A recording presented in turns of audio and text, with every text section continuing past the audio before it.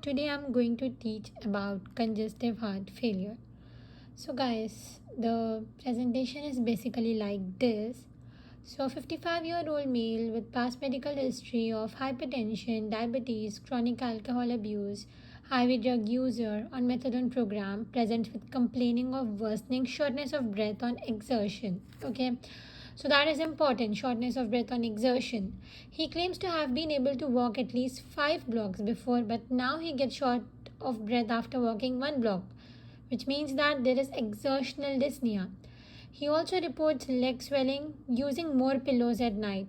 So he has bilateral pedal edema, as well as he endorses using more pillows at night than usual, which means that he has orthopnea, which is dyspnea worsened during lying down. He also said that he recently gone up on his pant size, which means that he gained weight because of the fluid overload in his body.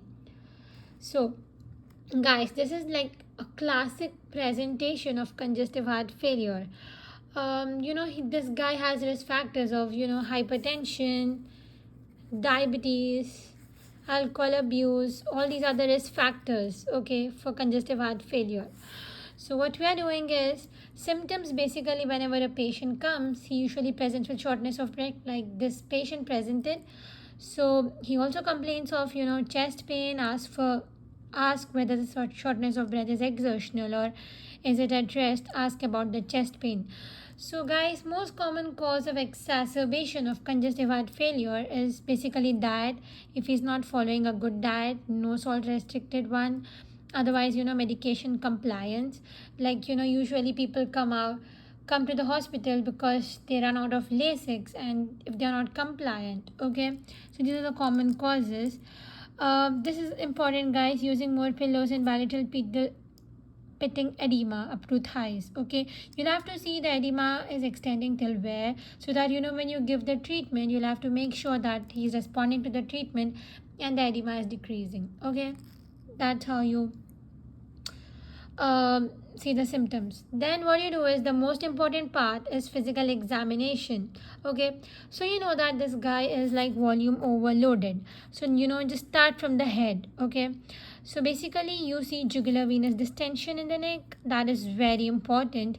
And then you see that the person is in respiratory distress, he's gasping for breath, his respiratory rate is high, he's tachypneic. Other than that, when you examine the lungs, you see that there are bilateral crackles up to scapula. Then when you see the abdomen, you see abdominal distension and hepatomegaly. I mean, you'll be able to palpate the liver. Other than that, you also see the edema, like I said, up to the thighs, bilateral pitting edema. Okay, yeah. So mark the level till where the edema is. Okay, for example, it's still here and you're giving the treatment, it should like come down, which means that the patient is responding well to the treatment. Then, okay, so the symptoms are over, examination is done. Now you know that this patient has heart failure. So suppose this patient didn't have history of heart failure. For this patient, it's a new onset heart failure. Okay, so for what the important thing you do is labs. We need to justify our symptoms and examination with pertinent lab findings, right? So like, you order CBC because you need to rule out any infection, because he's tachypneic, his heart rate is high. So what you do is you order WBC. You see if there's an infection or he's going into sepsis or meeting SIRS criteria. Then what you do is you measure hemoglobin, because you have to rule out that the patient is not bleeding from anywhere, he's not anemic, which is leading to MI, because there are a lot of differentials we'll have to rule out. Also guys, keep on the back of your mind that it could be liver failure or renal failure as well. Why? Because if it's liver failure, you know that you lose all proteins, albumin, so the oncotic pressure decreases, right? So you'll have to measure AST, ALT, ALP, PTT, PTT, INR. Okay, why? Because if the oncotic pressure goes less, you'll have edema, that is anasarca. So the presentation is similar, all fluid overload. Other than that, you also like measure BUN and creatinine. These are important because, like I said, you'll have to rule out renal failure as well, and these labs are very important. Other than that, the most important labs are like troponin and BNP. Okay, BNP basically is released when the heart tissue is stretched, like because of volume overload. So you just order it once, and then troponin is ordered just to see the trend. Okay, It is released when there is, myocardial injury. You just see the trend of troponin and then you don't repeat it again. Then what you do is EKG, because you need to see the rhythm of heart, whether you are in bundle branch block, or if there's acute MI, or if the rhythm is sinus, or if the patient is in AFib, because the heart rate is really high at that moment. Also, you'll have to see pulse oximetry, if the person is breathing with nasal cannula, or if he's desaturating, it's a bad sign of heart failure. Okay, guys, now tell me, like, we ordered all the labs, we ordered everything, but the most important gold standard test to diagnose heart failure is transthoracic echo. Okay, by this you'll be able to differentiate reduced ejection fraction or preserved ejection fraction, which basically all, like, the treatment differs for both of them, right? So if the ejection fraction is like more than 50%, then you would say that it is heart failure with preserved ejection fraction, and the most common cause is hypertension for that. Okay, and if the ejection fraction is less than 40, then you call it reduced ejection fraction. And for reduced ejection fraction, there is guideline directed medical therapy, which has you know mortality benefit. I mean, yeah, GDMT. I think you guys are aware of this. I'll go through that, don't worry. So right now this patient has come with acute exacerbation, right? So you'll have to remove all his fluids, like all his fluids need to be removed. Okay, so when you see a patient with heart failure acute exacerbation, you'll have to, like, you should keep four things in mind. Okay, what are those things? One is, first, fluid restriction less than 1.5 liters, because you don't have to push more fluid. The aim is to remove the fluid, right? So just stop giving him the fluids. Okay, 1.5 liter restriction.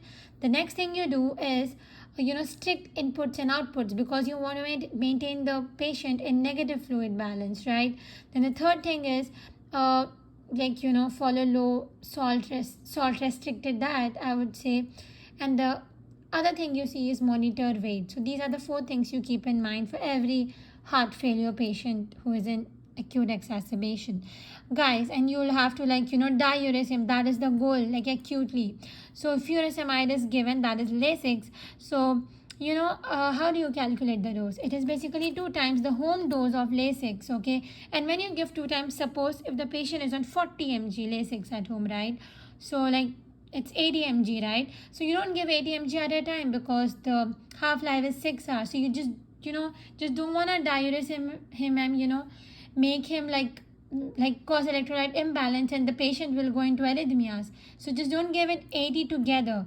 Give it in divided doses. Give 40 once, and then after 6 hours give 40. So like that. That's how you decide the dose of Lasix. Okay, just the main goal is to diurese him, and then maintain his, keep an eye on his inputs and outputs, and whatever I said, the four things. Other than that, if you know that the patient is in reduced ejection fraction, GDMT has proven mortality benefit, like I said.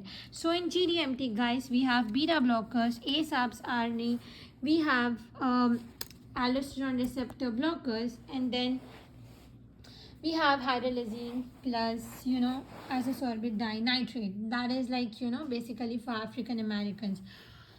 So guys, this was a brief about heart failure, and I can go through more in my next video. Thank you. Like, subscribe to my channel. Bye bye.